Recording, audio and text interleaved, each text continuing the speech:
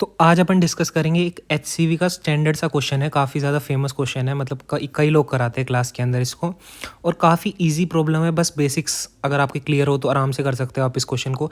इस क्वेश्चन में जो एप्लीकेशन लग रहा है जिस चीज़ का, वो है टॉर्क अबाउट। अगर किसी भी पॉइंट के अबाउट आप टॉर्क निकालना आता है आपको, तो आप इस क्वेश्चन को आराम से कर सकते हो। और कुछ है नहीं इस क्वेश्चन में। इसका आंसर है 0.54 न्यूटन मीटर। आप एक बार ट्राई कर सकते हो, बहुत ही ईजी क्वेश्चन है। ठीक है, बस ये थोड़ा सा अच्छा लगने का है क्वेश्चन, मतलब दिखने में अच्छा है तो इसलिए मैं ले रहा हूँ, नहीं तो काफ़ी इजी प्रॉब्लम है, ये आपको दिख भी जाएगा और आपकी काफ़ी सारी अंडरस्टैंडिंग क्लियर हो जाएगी टॉर्क के बारे में। ठीक है, तो जिन लोगों को नहीं पता टॉर्क के बारे में, फटाफट थोड़ा सा टॉर्क के बारे में बात करना चाहूँगा। तो टॉर्क एक ऐसी फिजिकल क्वांटिटी है जो किसी भी फोर्स के लिए डिफाइंड होती है। जैसे कि अपन ने वर्क की बात करी थी, तो वर्क मैं बोलता था भाई इसका वर्क निकालो, तो आप मेरे से पूछते थे भाई किस फोर्स का वर्क निकालूँ। वैसे ही टॉर्क भी होता है, वो डिफाइंड होता है किसी फोर्स के लिए। जैसे मान लेते हैं कोई पॉइंट है ये अपना पी, यहाँ पर कोई फोर्स लग रहा है, ठीक है, एफ फोर्स लगाया आपने। जहाँ पर फोर्स लगता है उस पी पॉइंट को अपन कहते हैं point of application, point of application. ठीक है, तो अब अपन जो टॉर्क निकालते हैं ना, वो किसी पॉइंट के अबाउट निकालते हैं, किसी एक्सिस के अबाउट निकालते हैं। अपन इस वीडियो में बात करेंगे किसी पॉइंट के अबाउट टॉर्क कैसे निकालते हैं, जो इस क्वेश्चन में अपन को यूज़ करना है। ठीक है, तो भाई बहुत सारे पॉइंट हो सकते हैं। मान लेते हैं कोई पॉइंट जिसके अबाउट अपन को टॉर्क निकालना है, वो है ओ पॉइंट है कोई। ठीक है, अभी मैं बस आपको ये बता रहा हूँ टॉर्क को डिफाइन कैसे किया गया है।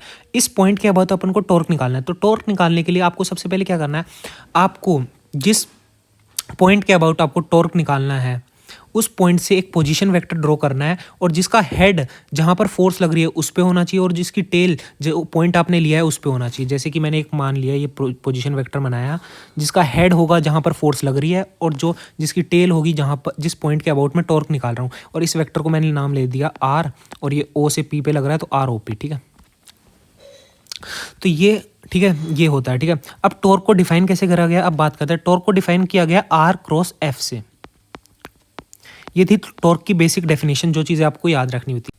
अब बात करते हैं क्वेश्चंस किस प्रकार के आ सकते हैं इस टॉर्क के ऊपर। सबसे पहला एक टाइप आ सकता है, आपको पी के कोऑर्डिनेट्स दे देगा, ओ के कोऑर्डिनेट दे देगा, तो आप वेक्टर फॉर्म में आर ओ पी लिख सकते हो, और आपको फोर्स भी वेक्टर फॉर्म पे दे देगा, और फिर आप इन दोनों का क्रॉस प्रोडक्ट कर सकते हो, आर क्रॉस एफ कर सकते हो डिटर्मिनेंट से, और आपका सीधा टॉर्क आ जाएगा। ठीक है, पहला टाइप ऑफ क्वेश्चन ये होता है, पर ये बहुत ही कम होता है। जो ज़्यादातर यूज़ होता है ना टॉर्क निकालने के लिए, वो आपको सीधा क्या करेगा, जैसे इस क्वेश्चन में दे रखा है, आपको कोई भी फोर्स दे देगा, उन दोनों के बीच का आर का मैग्नीट्यूड दे देगा और एंगल बता देगा। तो इस तरीके से अपन टॉर्क को कैसे निकालते हैं उसकी बात करते हैं।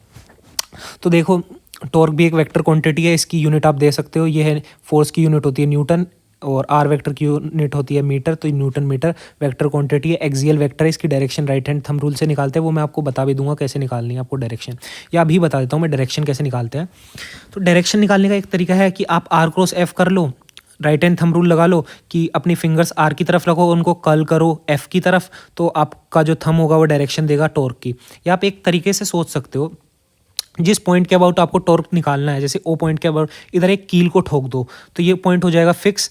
अब ये एफ फोर्स इस आर वेक्टर को कैसे घुमा रही है, ये ऐसे घुमाएगी इस आर वेक्टर को, और ये वाली कौन सी सेंस होती है, क्लॉकवाइज सेंस। तो क्लॉकवाइज सेंस की वजह से जो अपना टॉर्क की डायरेक्शन होगी वो नेगेटिव साइन में, नेगेटिव के कैप पे जाएगी। ठीक है, तो आप ऐसे भी निकाल सकते हो कि आप उस पॉइंट को फिक्स कर दो जहाँ जिस पॉइंट के अबाउट आपको टॉर्क निकालना है, और एफ को देखो वो आर वेक्टर को किस दिशा में घुमा रहा है, क्या तो एंटी क्लॉकवाइज में घुमाएगा या क्लॉकवाइज में घुमाएगा, उससे आपको डायरेक्शन का आइडिया लग सकता है टॉर्क की। ठीक है, ये बेसिक तरीका होता है डायरेक्शन निकालने का। ठीक है, पहले क्वेश्चन की अपन ने बात कर ली, अब दूसरे टाइप्स की क्वेश्चन की बात करते हैं। ठीक है, तो टॉर्क को अपन ने डिफाइन कर दिया, ये होता है आर क्रॉस एफ। अपन ने क्रॉस प्रोडक्ट में पढ़ा था, इसको अपन एक्सपेंड करके लिख सकते हैं आर एफ साइन थीटा। तो इस आर एफ साइन थीटा को अपन दो तरीके से इंटरप्रेट करेंगे। ठीक है, एक बार मैं क्या करता हूँ, आर साइन थीटा को कंबाइन करके मैं लिख देता हूँ आर परपेंडिकुलर इंटू एफ, और एक बार मैं एफ साइन थीटा को कंबाइन करके लिख देता हूँ एफ परपेंडिकुलर इंटू आर। अब ये आर परपेंडिकुलर क्या है और ये एफ परपेंडिकुलर क्या है, इनके बारे में अपन बात करते हैं। और ये इस टॉर्क का मैग्नीट्यूड ही तो है, डायरेक्शन अपन को निकालनी आ ही गई, मतलब मैं आर परपेंडिकुलर इंटू एफ करूंगा तो मेरे को टॉर्क मिल जाएगा, अगर मेरे को एफ परपेंडिकुलर इंटू आर करूंगा तो मेरे को टॉर्क मिल जाएगा। अब बात करते हैं कि आर परपेंडिकुलर क्या है। तो जैसे कि मैंने बताया था, पी पॉइंट वो पॉइंट है जहाँ पर फोर्स लग रही है। ठीक है, जिस पॉइंट को अपन ने पॉइंट ऑफ एप्लीकेशन कहा था पी पॉइंट को, तो फोर्स जिस डायरेक्शन में लग रही है मतलब उस लाइन के अलोंग जहाँ पर फोर्स लग रही है, जिस लाइन के अलोंग, उस लाइन को अपन कहते हैं लाइन ऑफ एक्शन। ठीक है, जिस लाइन के अलोंग फोर्स लग रही है उस लाइन को कहते हैं अपन लाइन ऑफ एक्शन। ठीक है, तो आर परपेंडिकुलर को ऐसे डिफाइन करा गया है, लाइन ऑफ एक्शन के जो परपेंडिकुलर आर का कंपोनेंट होता है into force is equal to torque का मैग्नीट्यूड होता है। तो सबसे पहला तरीका निकालने का टॉर्क का मैग्नीट्यूड क्या है कि अपन को लाइन ऑफ एक्शन के परपेंडिकुलर वाला कंपोनेंट इनटू एफ करना है, जिसकी वजह से अपना टॉर्क का मैग्नीट्यूड आ जाएगा। जैसे इस क्वेश्चन में करके दिखा देता हूँ मैं आपको। मान लेते हैं ये वाला एंगल है थीटा, तो ये वाली है लाइन ऑफ अपनी एक्शन जो मैंने ऊपर बनाई, इसका परपेंडिकुलर ये वाला परपेंडिकुलर वाली डायरेक्शन ये वाली होगी। तो आर का ये परपेंडिकुलर वाली डायरेक्शन में कितना है कंपोनेंट, आर साइन थीटा। तो r sine theta r perpendicular into F, तो हो गया r sine theta into F, तो आर एफ साइन थीटा जो अपना ऊपर था, ठीक है, मैग्नीट्यूड निकाला था अपन ने। दूसरा तरीका क्या है, दूसरा तरीका ये है कि अपन करेंगे एफ के कंपोनेंट। एफ के कंपोनेंट जैसे कि ये वाला एंगल है थीटा, तो ये वाला एंगल भी हो जाएगा थीटा। तो एफ के कंपोनेंट कर लिए, ये हो गया एफ कोस थीटा, ये हो गया एफ साइन थीटा। तो एफ परपेंडिकुलर वो होता है, एफ परपेंडिकुलर होता है आर के जो परपेंडिकुलर होता है वो होता है एफ परपेंडिकुलर, ठीक है। मतलब फोर्स का वो कंपोनेंट जो आर के परपेंडिकुलर होता है उसे कहते हैं एफ परपेंडिकुलर। तो ये F sine theta F perpendicular into r, तो यहाँ से अपना आ जाएगा टॉर्क। वापस टॉर्क का मैग्नीट्यूड, डायरेक्शन की अपन ने बात कर ली। तो एक पॉइंट के बारे में बात करते हैं जो अपने यूज़ आएगा। मान लेते हैं ये फोर्स इस डायरेक्शन में लग रहा है और जो अपना पॉइंट है वो इस डायरेक्शन में, ठीक है। तो इधर से सबसे पहले अपन को, मैंने को बताया आपको टॉर्क निकालना है, तो मैं आर वेक्टर ड्रॉ करूँगा, टेल उस पॉइंट पे और हेड फोर्स की तरफ। तो आप देख सकते हो कि जो ये फोर्स का जो लाइन ऑफ एक्शन है ना वो उसी पॉइंट से पास थ्रू कर रहा है जिस पॉइंट के अबाउट अपन को टॉर्क निकालना है। तो हमेशा याद रखना, जब भी line of action of force उसी पॉइंट से पास थ्रू कर जाए जिस पॉइंट के अबाउट अपन को टॉर्क निकालना है, वो जीरो हो जाता है। और इसके एग्जाम्पल भी अभी मैं आपको दिखा देता हूँ। सबसे पहले इसका रीज़न वही है कि आर क्रॉस एफ अपना टॉर्क होता है, तो आर और एफ के बीच का जो एंगल हो गया वो 0 डिग्री हो गया, साइन 0 0 होता है, तो आर क्रॉस एफ 0 हो जाएगा, तो टॉर्क अपना 0 हो जाएगा। अपन ने एक क्वेश्चन करा था जैसे कि फोर्स लग रहा है यहाँ पर, ठीक है, और इस पॉइंट के अबाउट अपन को टॉर्क बताना था। रुकना एक बार, इस पॉइंट के अबाउट अपन को टॉर्क बताना था। तो ये वाला एंगल था थीटा, तो ये वाला एंगल भी हो जाएगा थीटा, ये एफ कोस थीटा और ये एफ साइन थीटा। तो अपन ने जो टॉर्क लिखा था वो लिखा था F sine theta into are.